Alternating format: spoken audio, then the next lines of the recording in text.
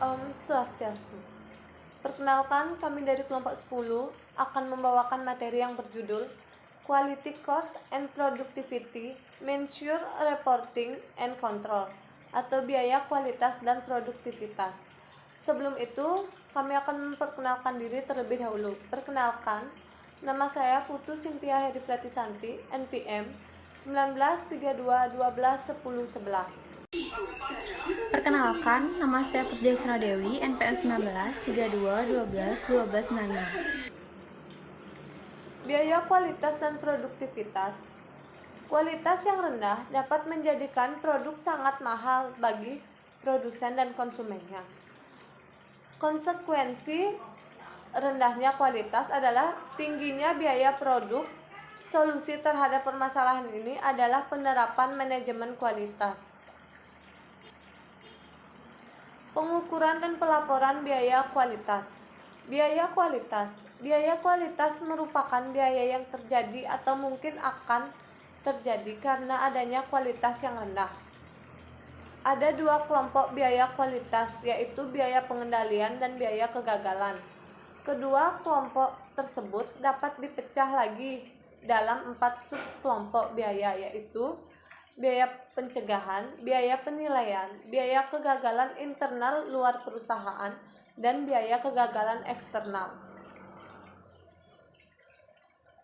Kualitas dapat diartikan berbeda antara satu orang dan orang lain. Biasanya kualitas dapat dilihat dari dua faktor utama berikut. Yang pertama, memuaskan harapan konsumen yang berkaitan dengan atribut-atribut harapan konsumen.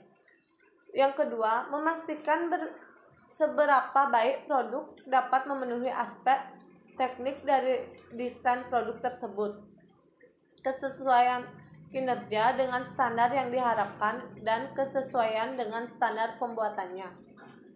Harapan konsumen ini dapat dilihat dari beberapa dimensi yang mewakili kualitas seperti berikut. Yang pertama ada kinerja, estetika, kemampuan servis, fitur, keandalan, keawetan, kualitas kesesuaian, dan yang terakhir kesesuaian dalam penggunaannya. Pengukuran biaya kualitas. Biaya kualitas dapat juga diklarifikasikan menjadi dua menurut kemudahan dalam pengamatannya. Pertama adalah biaya kualitas yang diamati dan keduanya biaya kualitas yang tersembunyi. Metode multi-pillar. Berdasarkan metode ini, diasumsikan bahwa total biaya kualitas merupakan multiplikasi dari beberapa ukuran biaya kegagalan, sehingga untuk mengestimasikan biaya kegagalan total dapat dilakukan dengan mengalikan dengan menggunakan suatu angka penggali yang ditentukan dengan biaya kegagalan total terobservasi. Metode Taguchi Quality Loss Function. Pandangan dalam metode Taguchi ini berbeda dengan pandangan tradisional yang mengizinkan adanya penyimpangan selama masa dalam rentang target. Perhitungan biaya kegagalan eksternal total dengan metode Taguchi dapat diformulasikan sebagai berikut. Bisa dilihat di slide. Pelaporan biaya kualitas. Pelaporan biaya kualitas dapat menjadi sumber informasi terpenting dalam pembuatan keputusan perbaikan kualitas dan penurunan biaya kualitas. Langkah pertama dalam pembuatan pelaporan biaya kualitas adalah menentukan biaya kualitas sesungguhnya untuk setiap komponen kualitas. Pengolahan biaya kualitas.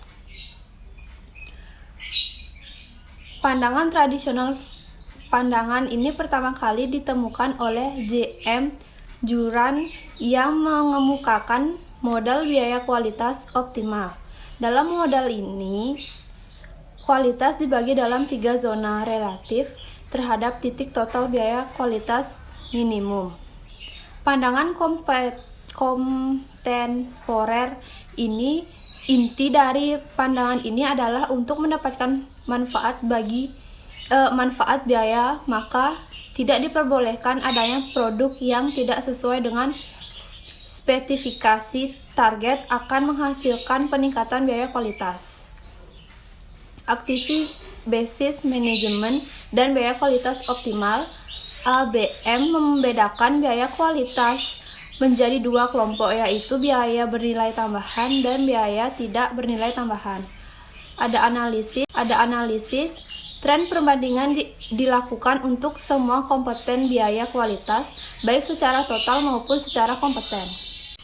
Mengidentifikasi permasalahan pengendalian kualitas. Penyebab penyimpanan kualitas biasanya dikelompokkan sebagai berikut. Yang pertama, manusia adalah semua orang yang terlibat dalam proses. Yang kedua, ada metode adalah cara bagaimana proses dilakukan dan setiap permintaan spesifik untuk dapat melakukannya, seperti kebijakan, aturan-aturan, dan hukum. Yang ketiga, ada mesin, semua peralatan komputer atau perlengkapan lainnya yang dibutuhkan untuk melaksanakan pekerjaan. Selanjutnya ada bahan untuk bahan baku atau bahan penolongan untuk menghasilkan produk akhir. Selanjutnya ada pengukuran adalah data yang diperoleh dari proses yang digunakan untuk mengukur kualitas. Selanjutnya ada lingkungan, merupakan suatu kondisi seperti wakil di lokasi, suhu. Selanjutnya ada cuaca, budaya, dan lainnya. Produktivitas dan efisiensi.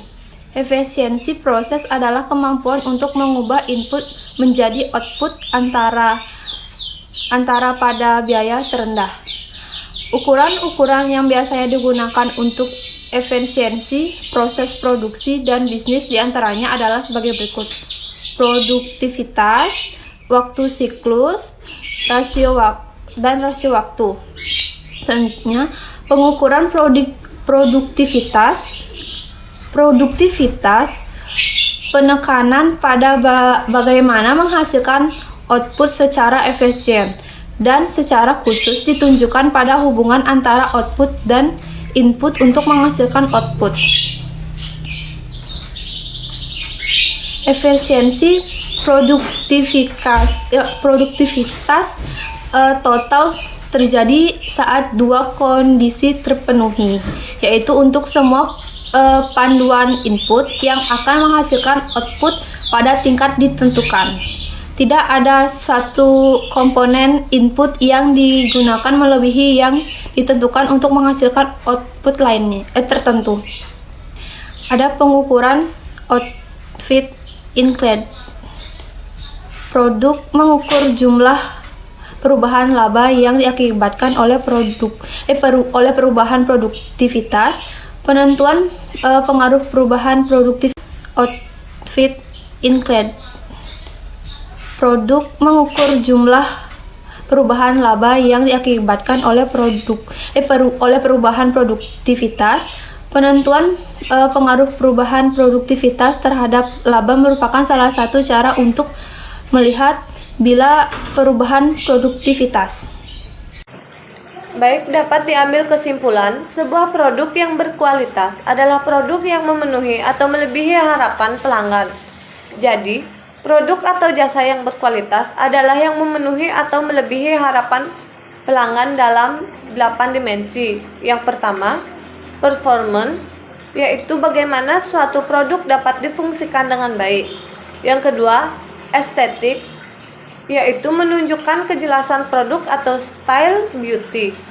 Yang ketiga, serviceability, yaitu kualitas, kemudahan, perawatan, dan perbaikan produk.